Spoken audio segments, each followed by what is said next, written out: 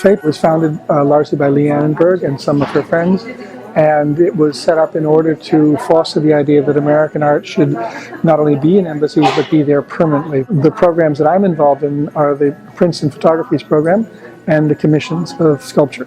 The exhibition in a way is remarkably straightforward and simple because what we're showing in the case of this room is all of the photography and all of the prints that we have commissioned.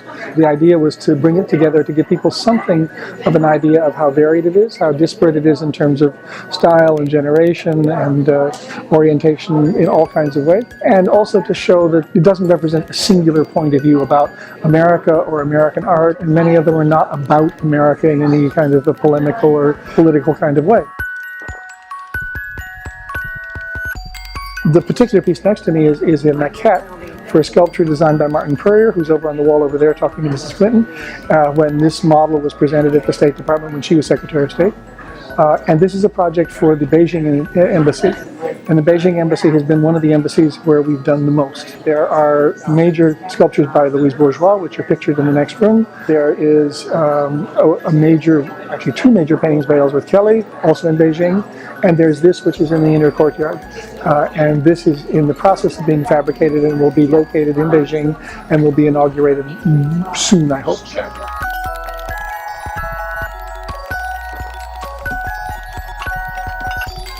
The one I did in Guangzhou, I was just looking for a very free, meaningful configuration.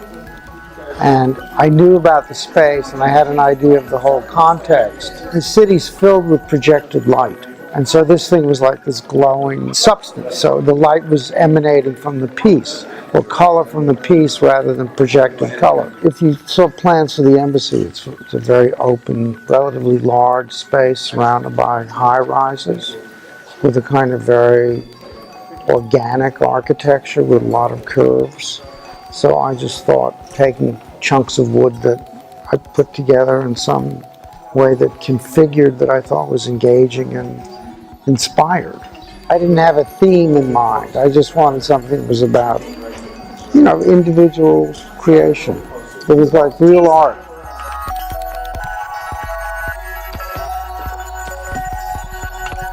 This was taken in Stonington, Connecticut. I was doing a series called Small Towns. This was the blessing of the fleet. I think the things that I love about it are the gesture of the hand of the girl, that one hand, which are the kind of things that are very specific. And there's a kind of synchronization between everything that's happening. That gesture of the girl's hands, something about what's happening to his eyes, the sort of squint, sort of, do I want to be here? And what the other little boy's doing. And to get that synchronization is sort of 1 in a million. For me, it's a double kind of icing on the cake, and that is to be in the company of the artists that are part of FAPE, or way above sort of what I ever dreamed of being in the company of, but then also to represent your country, which is not only an honor, but a responsibility.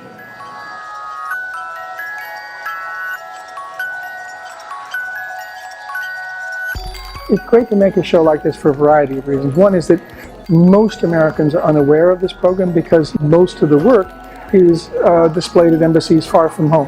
What we're doing is we're making available the richness of the visual culture of this country. The idea is to say that there is a contemporary culture that is long-standing and growing, and that people who are in other places in the world should know a little bit about that.